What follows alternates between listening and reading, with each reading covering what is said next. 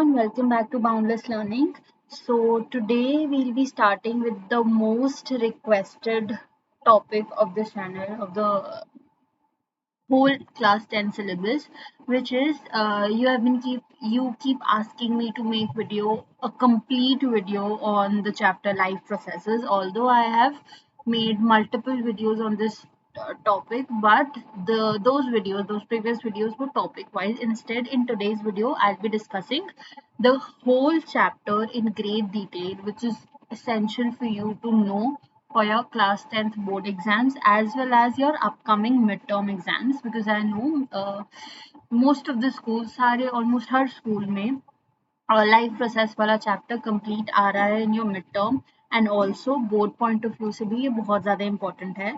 So now I know कि आपको ये चैप्टर बहुत ज़्यादा कॉम्प्लिकेटेड, बहुत ज़्यादा डिफिकल्ट लगता है, जस्ट बिकॉज इसमें बहुत सारे मल्टीपल टॉपिक्स हैं, मल्टीपल फैक्ट्स हैं which you need to remember, multiple processes हैं which you need to memorise, mechanisms हैं. But we'll make it simpler for you, we'll make it very easy step by step. So what the lesson plan is? So in today's video we'll be discussing the topics of nutrition as well as digestion.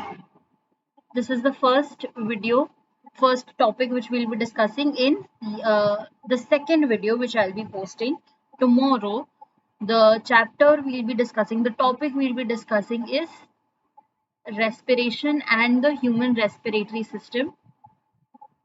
In the next video, we'll be discussing the whole of transportation topic, including the human circulatory system.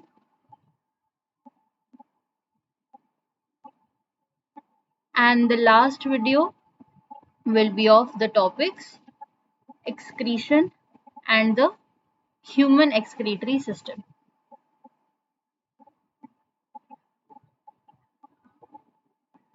So this is the complete lesson plan. Kindly stay tuned for the upcoming videos if you want to complete whole chapter. So without further delay, let's get started with today's video. So in today's video the topic is nutrition and digestion. अब इससे भी पहले हम एक और lesson plan discuss कर लेते हैं कि इस चैप्टर में, इस टॉपिक में, इनफैक्ट न्यूट्रिशन एंड डाइजेशन वाले टॉपिक में क्या क्या हमको सब टॉपिक्स स्टडी करने हैं. सो फर्स्ट सब topic we have to study, या फिर अगर हम इंट्रोडक्शन पार्ट से शुरू करें, we have to see what life processes are, what are the different kinds of life processes that we go through in our daily life. Secondly, nutrition और digestion का topic है. सबसे पहले ये आता है what is nutrition, foods that give us nutrition,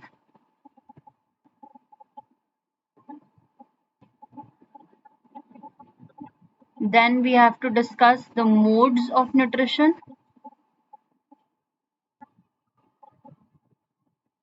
modes of nutrition में भी दो सेपरेट मोड्स आते हैं हमारे, हेट्रोट्रॉफिक एंड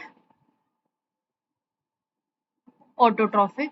तो अभी ये जो हम सब टॉपिक्स लिख रहे हैं, we'll treat this as a checklist. जैसे जैसे हम टॉपिक्स कंप्लीट करते जाएंगे, we'll start to cut these topics. अब मोड ऑफ न्यूट्रिशन आ गया. अब ऑटोट्रॉफिक मोड में ही हमारा फोटोसिंथेसिस भी आ जाएगा. ठीक है, ये फोटोसिंथेसिस और ये जब खत्म हो गया, last topic is human digestive system. ये जो ह्यूमन डाइजेस्टिव सिस्टम वाला टॉपिक है, this is very important and kindly stay tuned till the end of the video, because human digestive system के मेरे पास आपके लिए बहुत ज़्यादा अट्रैक्टिव नोट्स हैं, बहुत ज़्यादा सिंप्लीफाइड नोट्स हैं. एक सिर्फ छोटा सा फ्लो चार्ट है जो आप पढ़ लोगे, whole of the human digestive system will be clear to you. So without further delay, let's get started with today's video. अब सबसे पहला टॉपिक हमारा ये है कि लाइफ प्रोसेसेस क्या होते हैं and what are the different kinds of life processes.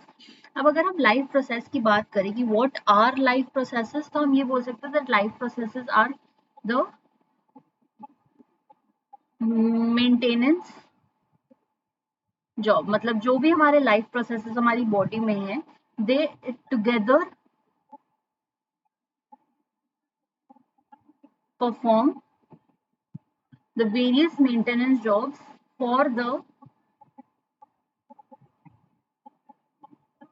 survival and existence of different types of organisms। अब ये सारे जितने भी लाइफ प्रोसेसेस है, ये साथ में ये कुछ पर्टिकुलर मेंटेनेंस जॉब परफॉर्म करते हैं ताकि ऑर्गेनिजम्स जो है वो सर्वाइव कर सके and they can exist in the world. Next up we have what are the different kinds. हम 4 लाइफ प्रोसेसेस मेजरली पढ़ेंगे। The first one is nutrition digestion, second we have respiration, third we have transportation, and lastly excretion। अब अगर हमको ये देखना हो कि nutrition, digestion, respiration, transportation and excretion इसमें क्या चीजें आती हैं या फिर what are the topics involve, तो न्यूट्रिशन और डाइजेशन में क्या होता है? न्यूट्रिशन एंड डाइजेशन में सबसे पहले ये है कि हम फूड अक्वायर करते हैं,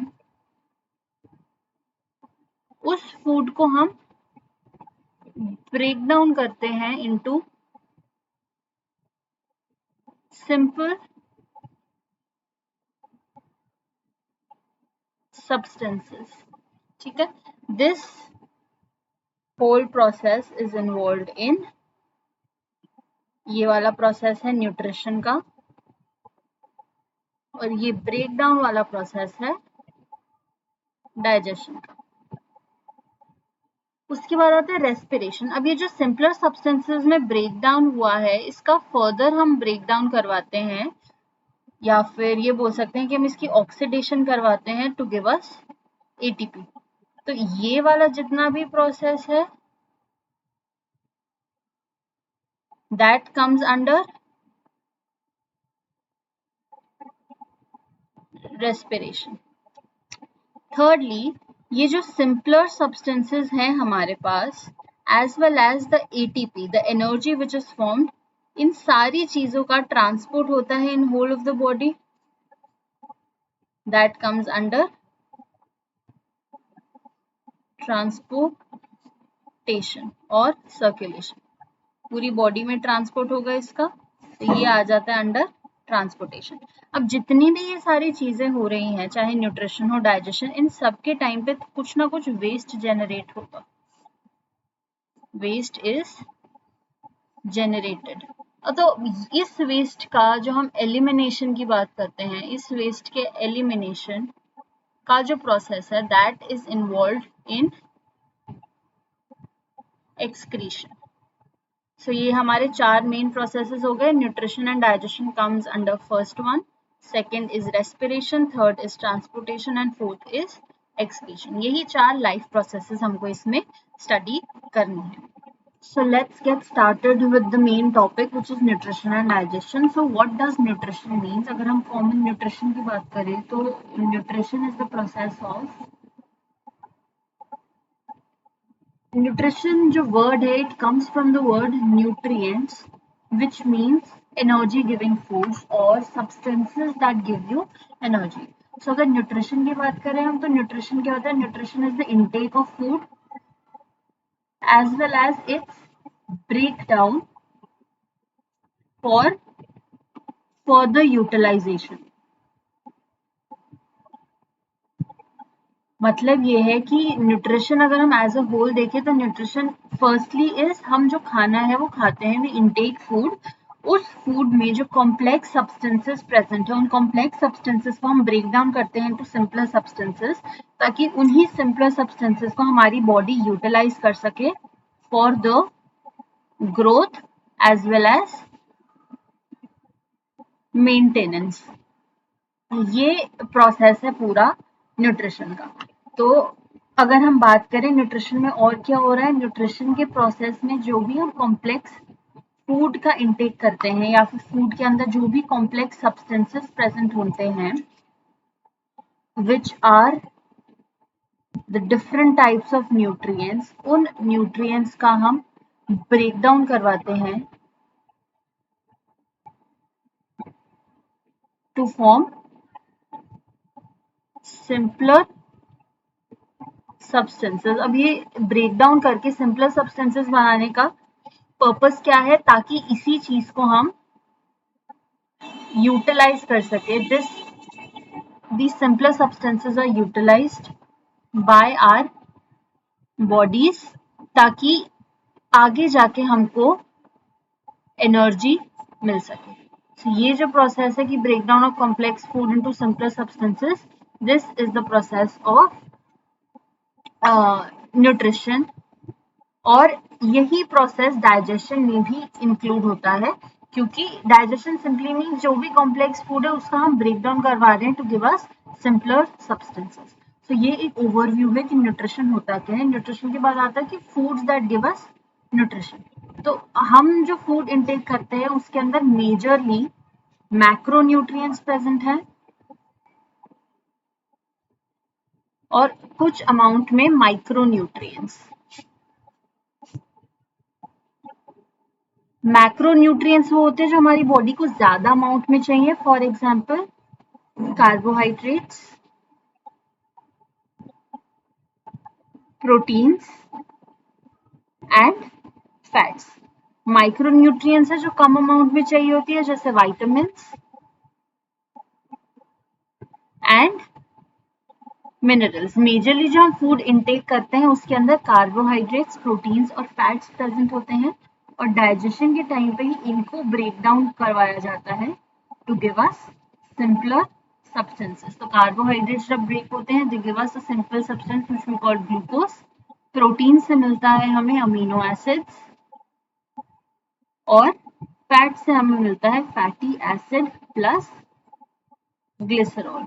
तो अगर हम बोले कि हमको एनर्जी जो मिलती है, एनर्जी किन सब चीजों से मिलती है, जो ग्लूकोज, अमीनो एसिड्स और फैट है, इसी के ऑक्सीडेशन से, इसी के फर्दर ब्रेकडाउन से हमको एनर्जी मिलती है। सो अभी तक हमने 2 टॉपिक्स अपने कंप्लीट कर लिए, which is nutrition we have completed. Next up foods that give us nutrition. ये दोनों टॉपिक्स हमारे हो गए। Let's move on to the next topic which is modes of nutrition. तो अगर हम मोड्स ऑफ न्यूट्रिशन की बात करें, मोड्स ऑफ न्यूट्रिशन, जितने भी ऑर्गेनिजम्स होते हैं इस अर्थ के ऊपर, सारे ही फूड का इंटेक करते हैं टू सरवाइव। तो 2 डिफरेंट मोड्स होते हैं न्यूट्रिशन के। First one is the autotrophic mode और दूसरा है हेट्रोट्रॉफिक मोड। ऑटोट्रॉफिक मोड का क्या मतलब है? ऑटोट्रॉफिक मोड का मतलब है where organisms produce their own food। जब organisms अपना फूड खुद प्रिपेयर करते हैं, उस मोड को हम ऑटोट्रॉफिक मोड ऑफ न्यूट्रिशन बोलते हैं। organisms which produce their own food are known as autotrophs। autotrophs की कुछ एग्जांपल्स होंगे। The classic example is green plants as well as some autotrophic bacteria।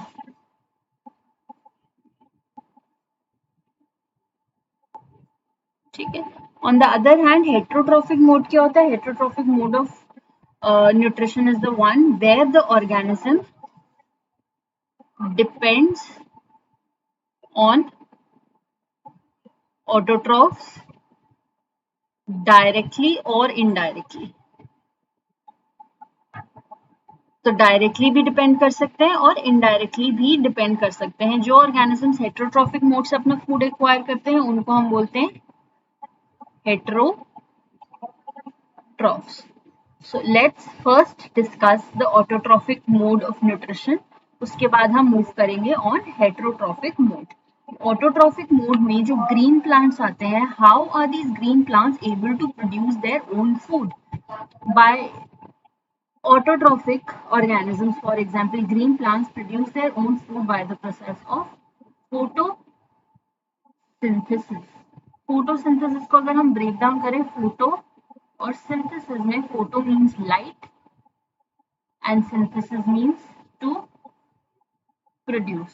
So photosynthesis is a process, it is a biochemical process in which green plants prepare their own food using sunlight. Sunlight is a must, as well as various raw materials. Photosynthesis is a process जिसमें green plants जो है अपना food खुद prepare करते हैं using substances like sunlight. Sunlight is very important, उसके साथ में और भी रॉ मटेरियल्स होते हैं। So let's discuss the different raw materials required. अब अगर यहाँ पर हम एक प्लांट कंसिडर कर रहे हैं, अगर these are the roots, this is a simple green plant, तो अगर इसको अपना फूड खुद बनाना है, इसको फोटोसिंथेसिस करना है, तो इसको सबसे पहले तो एटमॉस्फेयर से क्या चाहिए, इसको सनलाइट चाहिए फर्स्ट। सेकेंडली, इसको जो सॉइल के अंदर वाटर और मिनरल्स प्रेजेंट हैं वो चाहिए, वाटर चाहिए और मिनरल्स चाहिए। इसके अलावा जो एटमॉस्फेयर में कार्बन डाइऑक्साइड प्रेजेंट है, कार्बन डाइऑक्साइड चाहिए। एंड लास्टली, जो इसके ग्रीन लीव्स में क्लोरोफिल प्रेजेंट है, chlorophyll pigment, which is the green colored pigment, these are important. So these are the four raw materials. इसके अलावा जो चीज हमारी प्रोड्यूस होती है, लीफ के अंदर ही हमारा एक main raw material, main product बनता है, विच इज ग्लूकोज। तो जब ये ग्लूकोज बन जाता है, ये प्लांट में स्टोर्ड होता है in the form of glucose, stored in the plant in the form of starch. दूसरा प्रोडक्ट हमें मिलता है oxygen. So this is the first product, this is the second product. तो अगर हम ये बात करें रॉ मटेरियल्स हमको क्या क्या रिक्वायर्ड है, चार रॉ मटेरियल्स हमको रिक्वायर्ड होते हैं। सनलाइट, जो कि हमको कहाँ से मिलती है, सन से। Second raw material required is chlorophyll, which is present in chloroplast, ये सेल ऑर्गेनल है। दूसरा हमको कार्बन डाइऑक्साइड चाहिए, जो हमको मिलता है एटमॉस्फेयर से। And lastly we need water as well as various minerals, जो कि हमको मिलते हैं सॉइल से। अब अगर हम प्रोडक्ट्स की बात करें कि आफ्टर फोटोसिंथेसिस हमको क्या क्या प्रोडक्ट्स मिलते हैं, हमको फर्स्ट मेन प्रोडक्ट मिलता है glucose, which is the plants food, जिसको वो यूटिलाइज करेगा। यही फूड स्टोर होता है प्लांट में in the form of starch. Second हमको मिलता है oxygen, this oxygen is released in the atmosphere, ताकि जो भी डिफरेंट ऑर्गेनिजम्स हैं वो उसको यूटिलाइज कर सके। This oxygen is utilised by different organisms for respiration and breathing purposes. So ये एक ओवरव्यू था फोटोसिंथेसिस का, कि क्या हमको रॉ मटेरियल रिक्वायर्ड है और क्या हमको प्रोडक्ट मिलता है। तो अब अगर हम एक मेन इक्वेशन देखें फोटोसिंथेसिस की, which is again very important. Photosynthesis की इक्वेशन है कि हमको सबसे पहले क्या चाहिए होता है, हमको 6 मॉलिक्यूल्स चाहिए कार्बन डाइऑक्साइड के, उसके साथ हमको 12 मॉलिक्यूल्स चाहिए वाटर के। जब ये दोनों चीजें रिएक्ट करेंगी in the presence of sunlight as well as the green pigment chlorophyll, तब हमको मिलेगा एक molecule of glucose, which is C6H12O6 plus 6 molecules of oxygen plus 6 molecules of H2O। ये हमारा पूरा इक्वेशन है, जहां पर ये CO2 क्या है, CO2 is the carbon dioxide, H2 आपको पता है वाटर, सनलाइट चाहिए, क्लोरोफिल चाहिए, एट द एंड हमको मिलता है ग्लूकोज और oxygen. This is the main equation of photosynthesis, which is very important, you need to memorize this। अब चलते हैं, what are the different steps involved in photosynthesis। Let's discuss the steps of photosynthesis। अब आपके जो steps हैं, steps को ध्यान से सुनना, बिकॉज ये क्वेश्चन भी इम्पोर्टेंट है। तो अब अगर फोटोसिंथेसिस का जो प्रोसेस है, इस पूरे फोटोसिंथेसिस के प्रोसेस को अगर हम ब्रेक डाउन करने की कोशिश करें, तो सबसे पहले क्या होता है, जो हमारा लीफ है, ये हम बात करते हैं, this is the green leaf. This green leaf के अंदर कुछ सेल ऑर्गेनल्स प्रेजेंट है, जिसको हम बोलते हैं क्लोरोप्लास्ट। भी क्लोरोप्लास्ट में कहाँ प्रेजेंट है, ये सेल के अंदर जो एक सेल है, जिसको हम बोलते हैं particular mesophyll cells. Mesophyll cells के अंदर एक क्लोरोप्लास्ट प्रेजेंट है। क्लोरोप्लास्ट के अंदर एक पिगमेंट प्रेजेंट है, which is chlorophyll. This is the green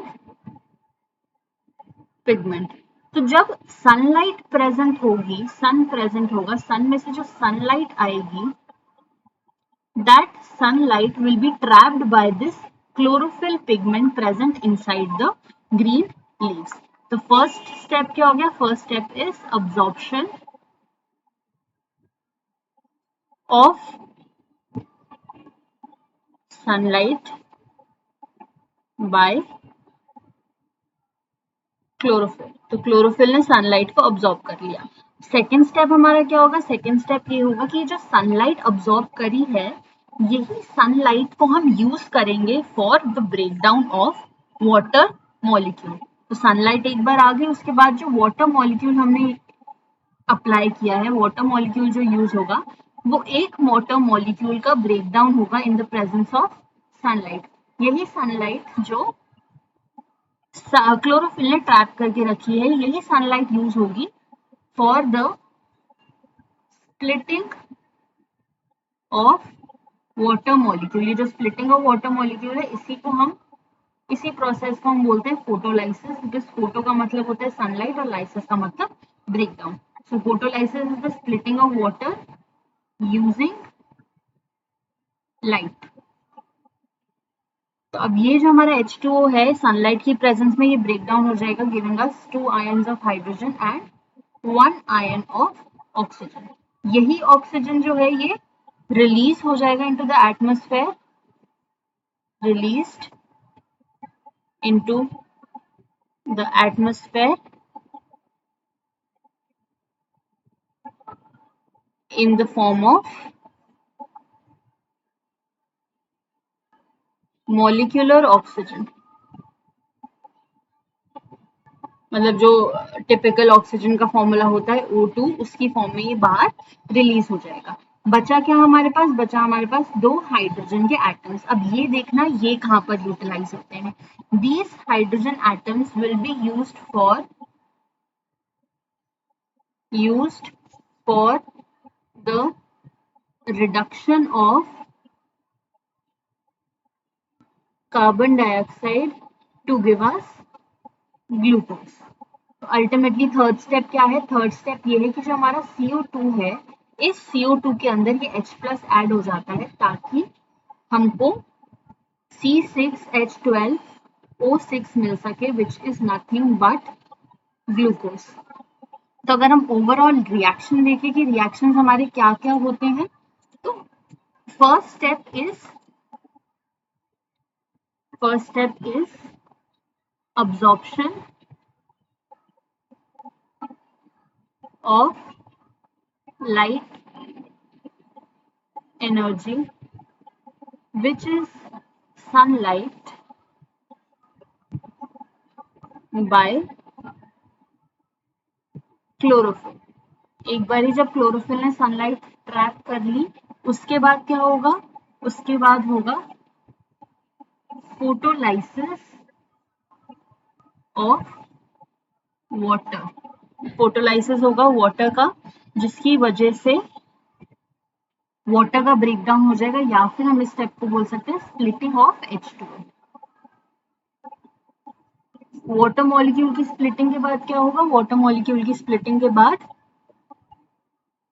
chemical energy, जो कि ये हमारी केमिकल एनर्जी थी सनलाइट की फॉर्म में, ये केमिकल एनर्जी का कन्वर्जन हो जाएगा इनटू लाइट एनर्जी।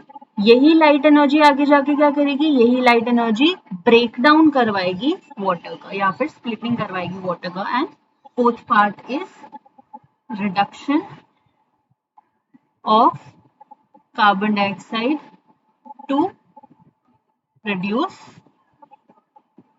carbohydrates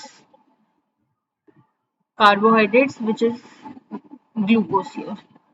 तो ये 4 स्टेप्स हैं हमारे। ये रिडक्शन होगा कार्बन डाइऑक्साइड का by the addition of hydrogen, ताकि यही कार्बन डाइऑक्साइड रिड्यूस हो सके या फिर इसी कार्बन डाइऑक्साइड में हाइड्रोजन का एडिशन होता है to produce carbohydrates. So these were the 4 steps of photosynthesis. इसमें से भी जो शुरू के 3 प्रोसेसेस हैं, absorption of light energy and photolysis, ये 3 प्रोसेसेस को हम कंसिडर करते हैं अंडर लाइट रिएक्शन, क्योंकि ये सारे लाइट डिपेंडेंट रिएक्शंस हैं। दूसरा जो रिडक्शन है उसको हम डार्क रिएक्शन में कंसिडर करते हैं बिकॉज ये लाइट इंडिपेंडेंट है। ऑल्दो हो ये लाइट की प्रेजेंस में ही रहा है, दिन में ही हो रहे हैं सारे प्रोसेस, लेकिन एग्जैक्टली इसमें लाइट रिक्वायर्ड नहीं है, इसलिए इसको हम डार्क रिएक्शन में कंसिडर करते हैं। उसके बाद आते हैं कि जो हम गैसियस एक्सचेंज कर रहे हैं, कि अगर हमारे पास एक लीफ है, लीफ के अंदर कार्बन डाइऑक्साइड आ रहा है फोटोसिंथेसिस के लिए और फोटोसिंथेसिस के बाद ऑक्सीजन बाहर जा रहा है। तो ये जो प्रोसेस है ये किस वजह से होता है, हमारे लीफ में छोटे छोटे से पोर्स प्रेजेंट होते हैं। इन पोर्स को हम बोलते हैं स्टोमेटा। तो सबसे पहले हम स्टोमेटा का स्ट्रक्चर देख लेते हैं। Stomata are guarded by these bean shaped guard sales.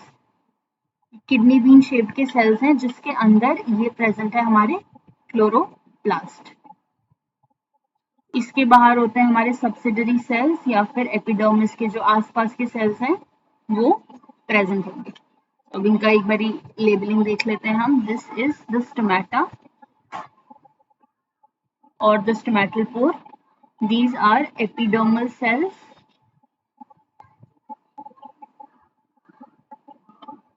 These are chloroplast, और ये जो 2 किडनी बीन शेप्ड सेल्स दिख रहे हैं हमें, these 2 cells are known as guard cells. Guard cells क्या करते हैं, these guard cells regulate the opening and closing of the stomata. ठीक है, ये ओपनिंग और क्लोजिंग को रेगुलेट करते हैं। अब जो मैकेनिज्म है ओपनिंग और क्लोजिंग का हम एक बार वो देख लेते हैं। तो दिन के टाइम पे स्टोमेटा ओपन रहते हैं, but on the other hand at the night time these stomata remain closed।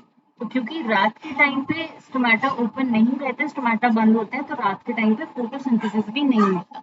अब इसका मैकेनिज्म ऐसा है कि दिन के टाइम पे क्या हो रहा है, दिन के टाइम पे जो हमारे गार्ड सेल्स हैं, गार्ड सेल्स हेल्प करते हैं स्टोमेटा को ओपन रखने में। अभी गार्ड सेल्स कैसे स्टोमेटा को ओपन रखेंगे, जो गार्ड सेल्स के आसपास वाले सेल्स हैं सब्सिडरी और एपिडर्मल सेल्स, उनमें जितना भी सारा वाटर कंटेंट है, सारा वाटर जो है इन गार्ड सेल्स के अंदर एंटर करता है। All of the water from the surrounding cells enter into the guard cells. Water enter the guard cells, जिसकी वजह से क्या होता है, गार्ड सेल्स स्वेल हो जाते हैं। तो क्योंकि गार्ड सेल्स स्वेल हो जाते हैं तो stomata remains open. On the other hand रात के टाइम पे क्या होता है, रात के टाइम पे गार्ड सेल्स में जितना भी वाटर कंटेंट होता है, रात के टाइम पे गार्ड सेल्स में जितना भी सारा वाटर कंटेंट होता है, all of that moves out of the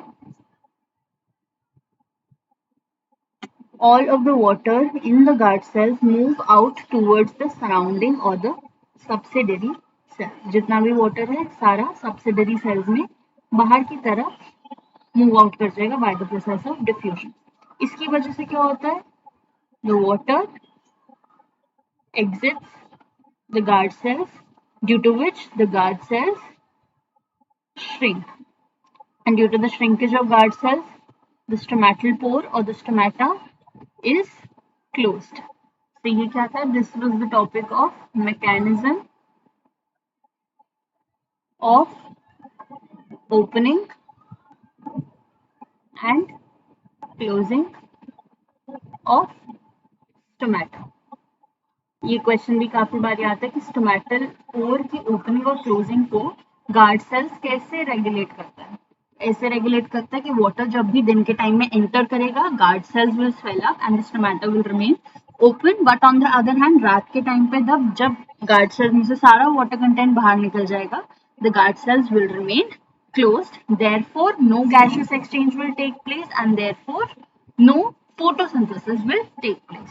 Moving back to the modes of nutrition again, we have the heterotrophic mode. अब अगर हम heterotrophic mode की बात करें, heterotrophic mode is further divided into 3 different types of nutrition modes, which is saprophytic,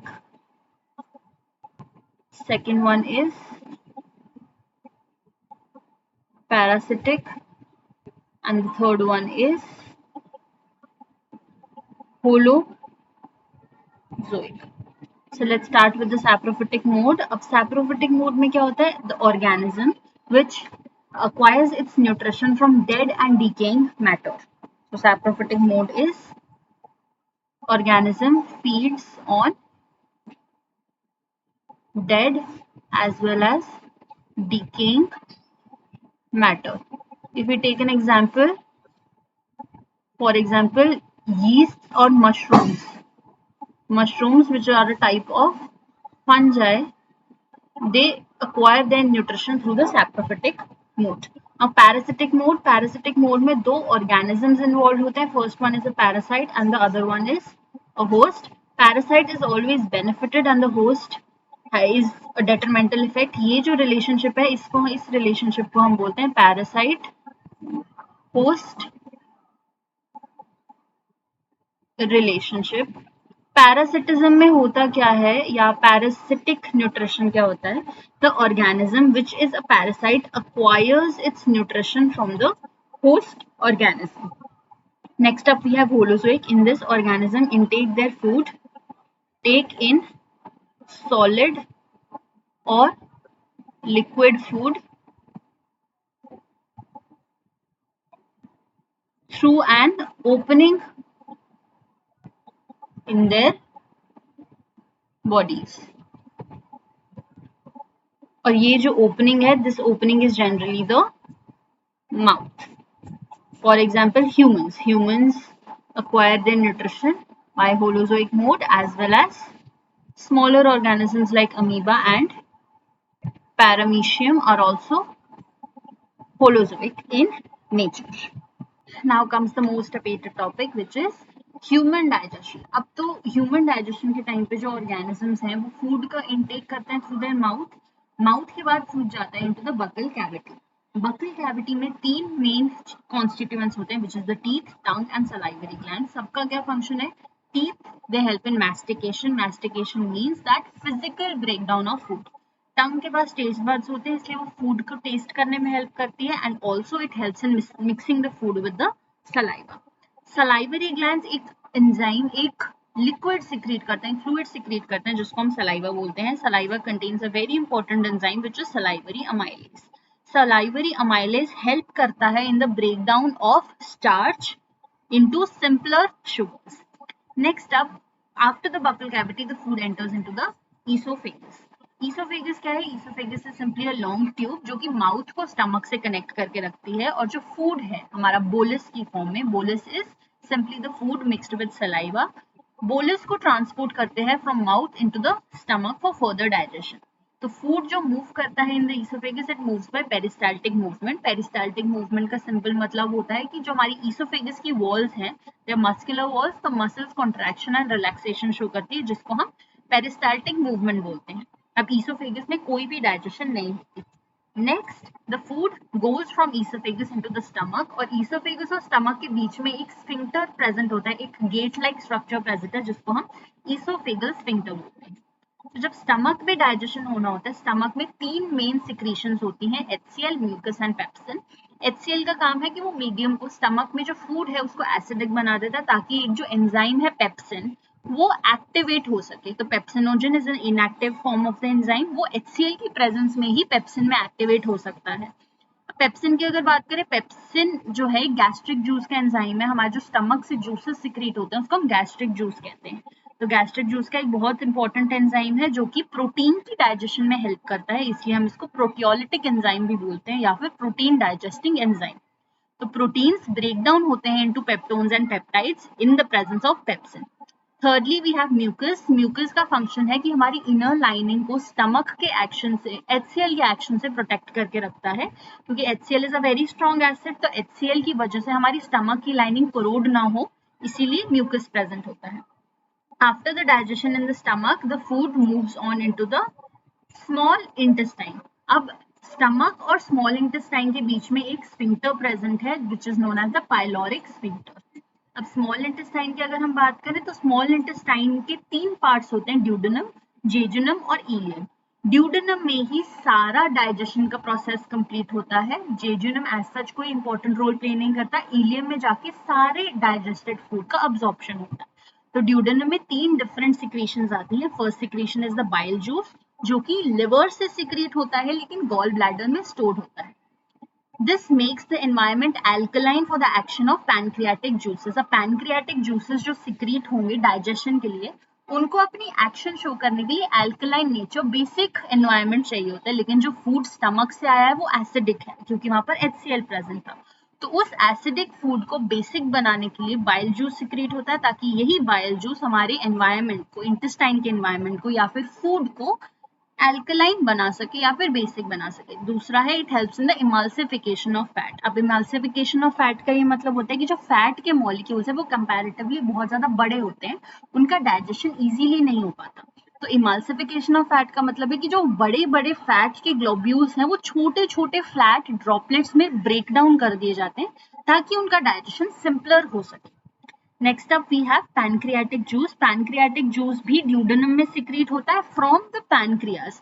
इनके अंदर different enzymes होते हैं, जैसे पैनक्रियाटिक अमाइलेज जो कि कार्बोहाइड्रेट का डाइजेशन करवाएगा, पैनक्रियाटिक प्रोटीएज जिसका पर्टिकुलरली नाम होता है ट्रिप्सिन, ये प्रोटीन की डाइजेशन करवाएगा, और पैनक्रियाटिक लाइपेज फैट की डाइजेशन करवाएगा। Next we have intestinal juices जो कि इंटेस्टाइन की वॉल से ही सिक्रीट होते हैं।